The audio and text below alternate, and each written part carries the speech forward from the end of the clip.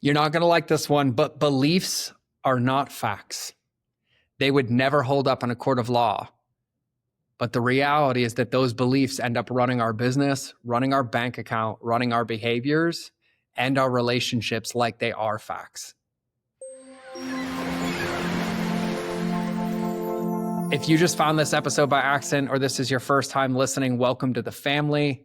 You have landed in episode 3 of our Reset in 20 series. It's 7 short episodes designed to help you reset your state, your strategy, your focus, and your standards on the go in quick hits to lead January off and kick off with a bang. And so I have a question.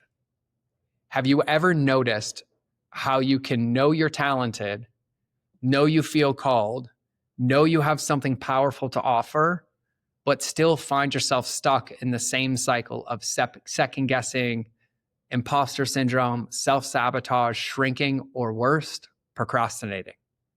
Welcome to the Mind of George Show. This is where entrepreneurs discover what it takes to truly scale. And they know that it's not about hacks or tactics. It's about you, your alignment, your growth, your mindset, your message, and your marketing that is authentic and aligned to be sustainable so that you can achieve the results that you desire.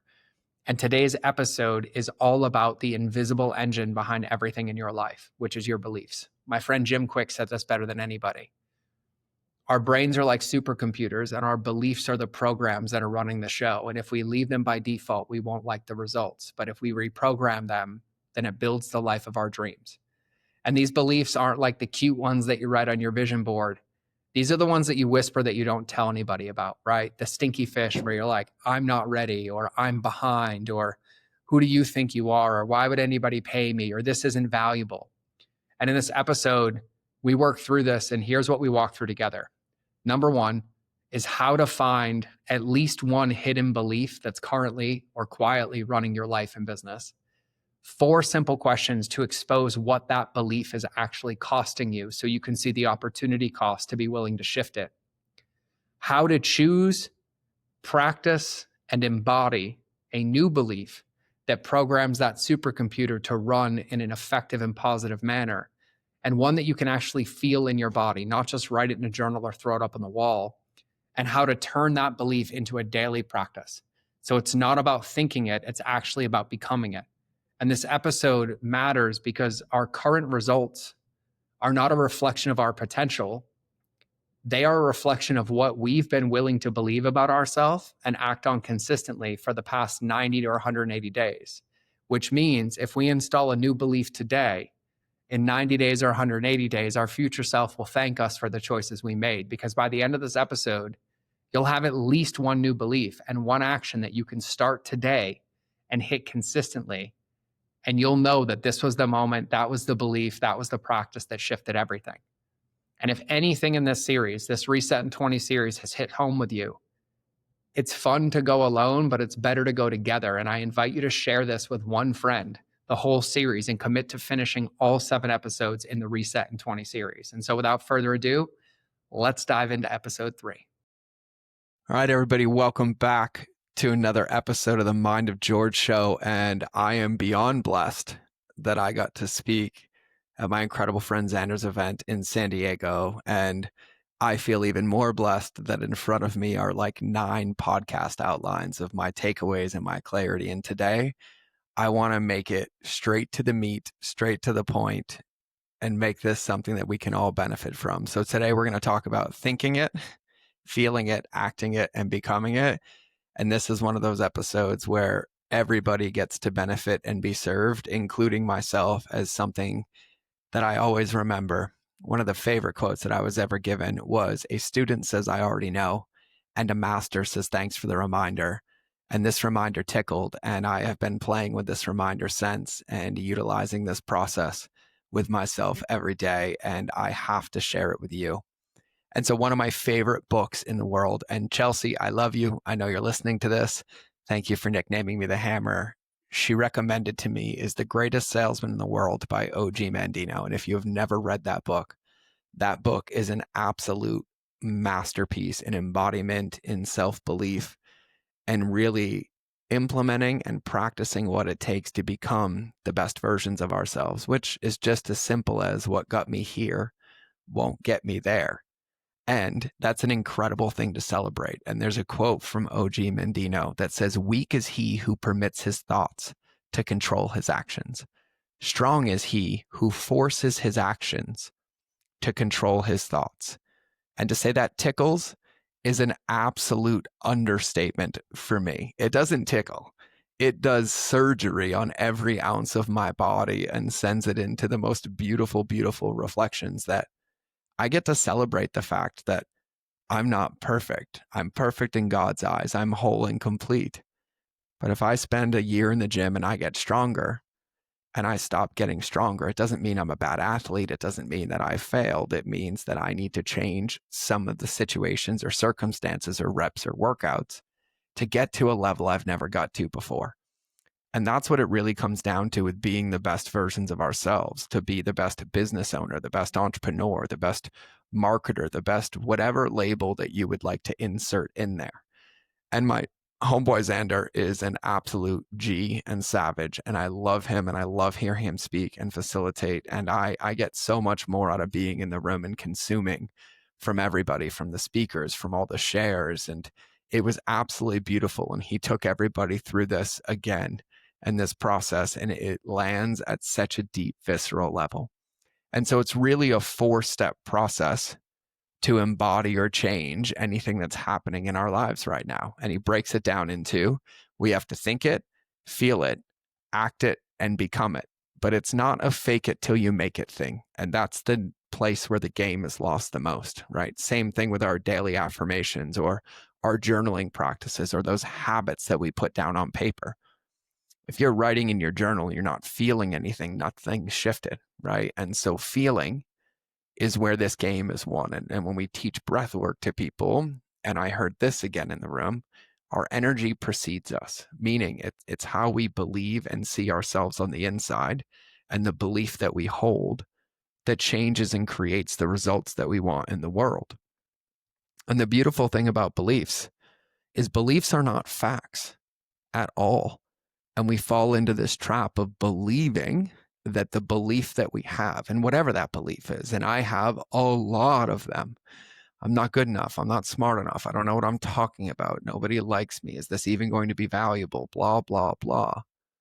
That's just the devil's in the details distracting me from my heart and my power. But they're just beliefs. They're not facts. They would never stand up in a court of law. You would never go and be able to prove a case on them because they're not tangible. They're not real. They're just stories that our brain makes up. And because I don't want to misquote, I'm not going to give the stat, but I read a lot of brain research on even how much of our memory and our thoughts are made up because of how much information we consume and take in that has to be filtered every day. And so when it boils down to shifting the results that we want in our life, we get to shift our belief. And I've recommended books and books galore. Benjamin Hardy, Nicole LePera being two of the big ones. And in every one of those books, you shift your belief first, and then the results follow.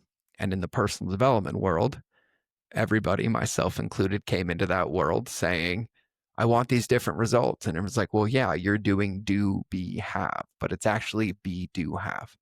And I love the way that this is broken down. And so it's a really simple 4-step process. Okay. And before I say any of these questions, and I'm actually going to give you questions to think through and to process through, to take 15, 20 minutes in your own time to do this exercise and give yourself a new belief that you get to affirm daily and take into the world that will start to change the view in which you see things. And first thing is we have to understand that the depth of change that we create in our life is a simple equation that Xander broke down, which is the amount of reps that we do paired with the emotional intensity, the feeling in which we do it. Meaning if we just check boxes or we say things about our beliefs that we don't feel to be true in our heart, that we don't feel to be true for us, the change is never going to happen. You see people like Tony Robbins before he gets on stage, every single time he's on his rebounder and he's speaking beliefs into himself. And my favorite one is that beautiful little 5-year-old girl that stands in the mirror on the bathroom counter and she's like, I am strong. I am powerful. I am resilient. And you can see her light up and you can see that happen. And all too often, myself being the guiltiest party, have beliefs in my brain and I allow them to stop me from speaking new beliefs out publicly and loudly and proudly to embody and accomplish those things. And so we just have to make sure that we're flexing the right muscle, that we're feeling that muscle, and that we're embodying every ounce of it to be able to bring that new belief into our life and affirm it daily. And that belief might be, I'm a 7-figure entrepreneur who only works 4 hours a day while traveling the world with my family. That belief might be, I run a beautiful 6-figure business with a team that I love and gives back to charity while leveraging every ounce of it. That could be, I work 2 hours a day while changing the world and spending all the time with my family and building the business with my family. Whatever that belief is, that belief gets to be true for you. And this is the one place where you get to be delusional, because whatever that belief is hasn't been created yet. And our job is to own it, to see it, to feel it, and then hold it until it becomes true, so that every ounce of our actions, our thoughts, and our behaviors work together in our favor to create that result. And so repetition of a thought or action is number one thing for feeling it. But the deep emotional charge and intention is that emotional intensity. So our thoughts are the language of the intellect, but our feelings are the language of the subconscious. And so we're taught in our life to do these things, to visualize, to say affirmations, but we have to feel them in order for them to be effective. And so the first step is to think it. And this is really where the work begins. This is just current stating ourselves to know where we are, what's serving us and not serving us, so that we can come up with a new belief and then use that belief as our number one tool to embody it in our life.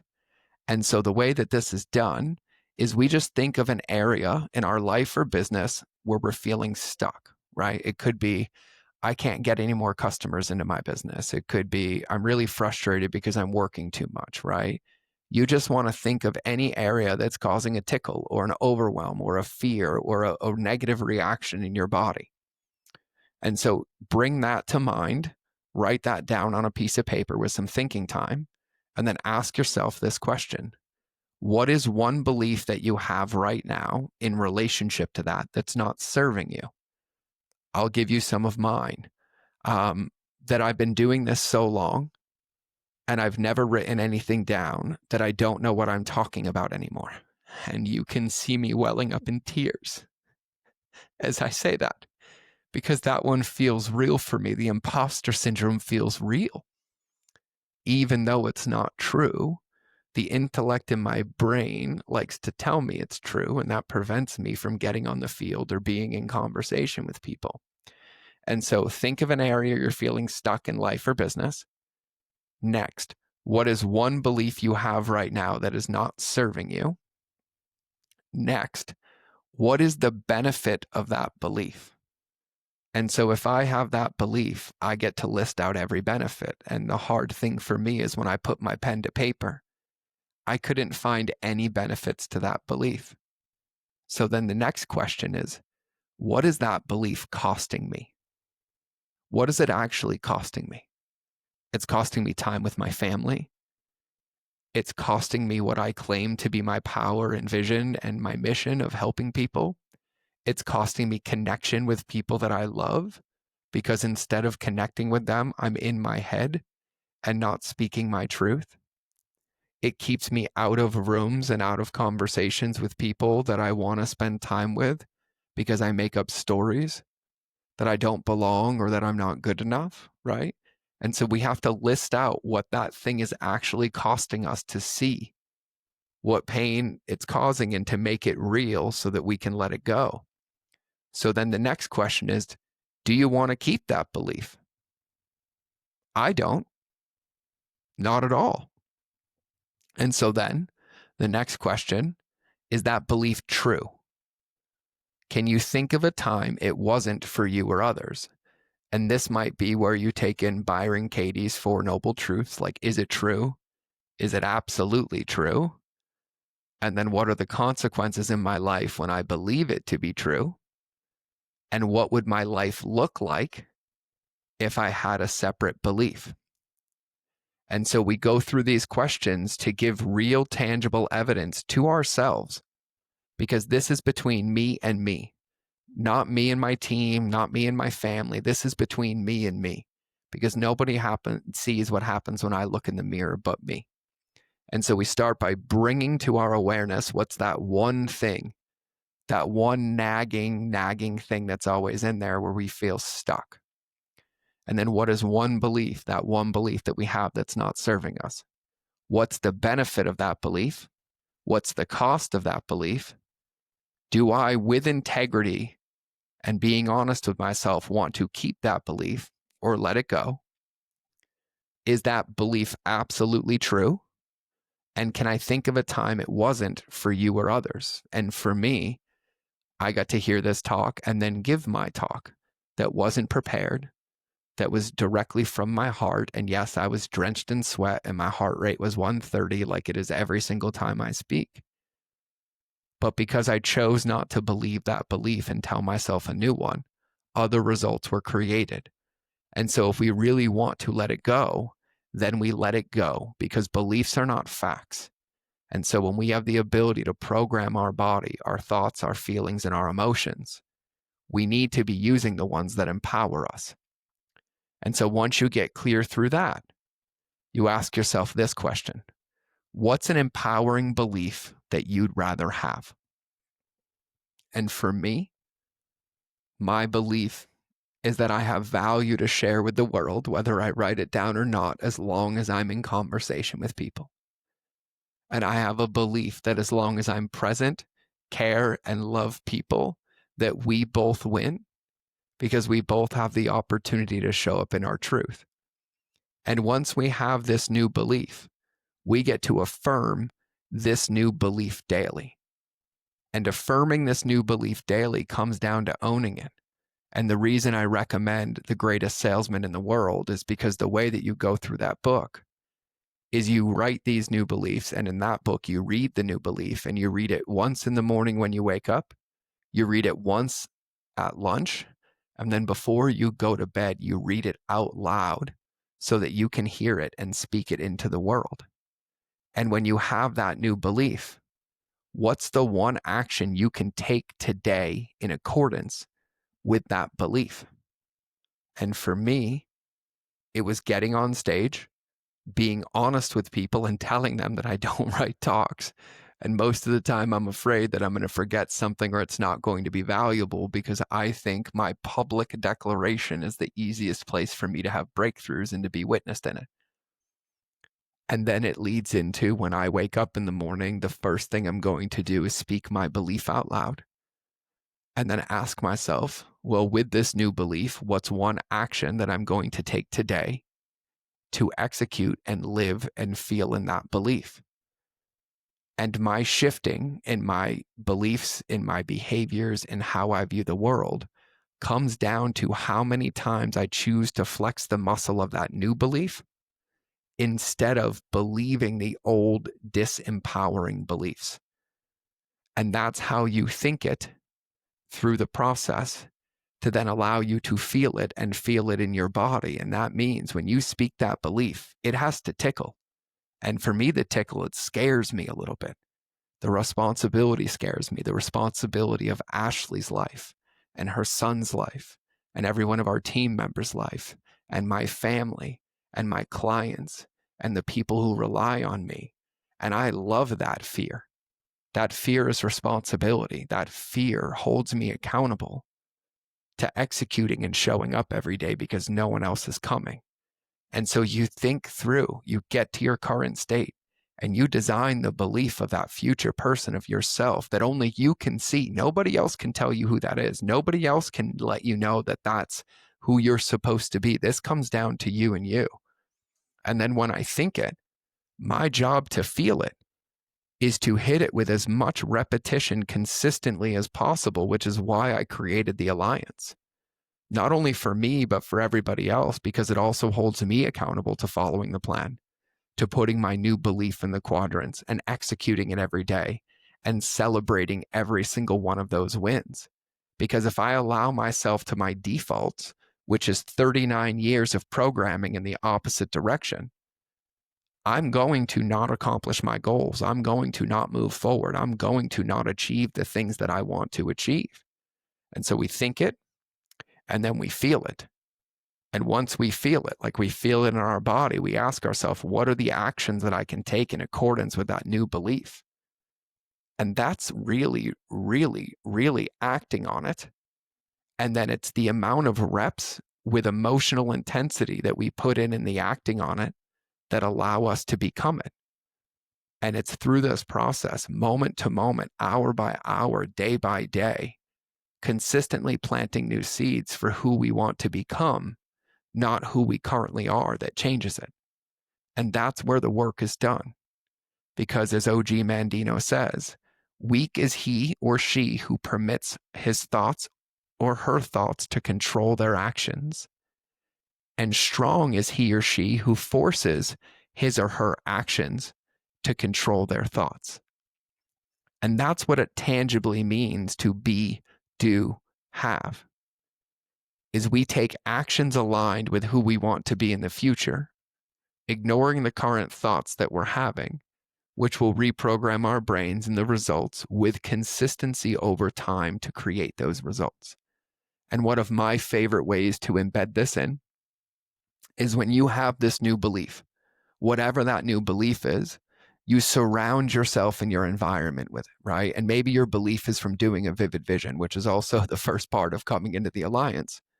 But then using environmental design to consistently and constantly remind yourself of who you're choosing to become until you become that thing. So you make it the background of your phone. You open up your phone and record an audio message, and you listen to it anytime you need to be reminded of what you're doing, who you're becoming, and what you're committed to.